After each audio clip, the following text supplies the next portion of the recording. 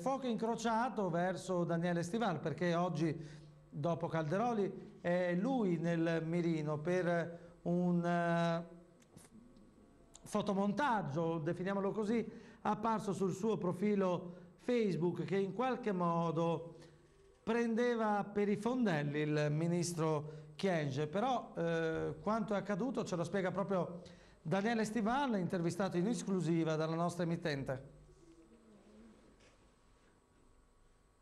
L'assessore regionale del Veneto della Lega Nord, tanto rumore per nulla, avrebbe voglia di dire, in seguito a queste polemiche relative al post che chi gestisce il suo profilo Facebook ha evidenziato. Ma guardi, a me dispiace che su quello che può essere dei post, cioè il far schizzare all'interno del proprio profilo ciò che c'è in rete, ci faccia diventare complici di questo, allora ovviamente il no è forte.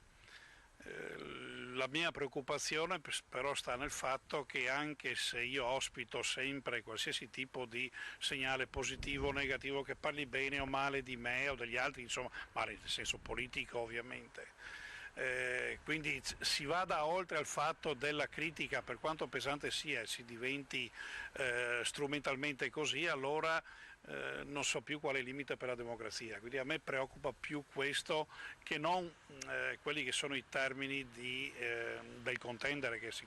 La posizione di Maroni in questo caso è molto forte. Io credo che sia stato molto più grave, almeno questo è il sentire comune, quello che ha combinato Calderoli rispetto a quello che è successo nelle ultime ore sul suo profilo Facebook. Cosa ne pensi?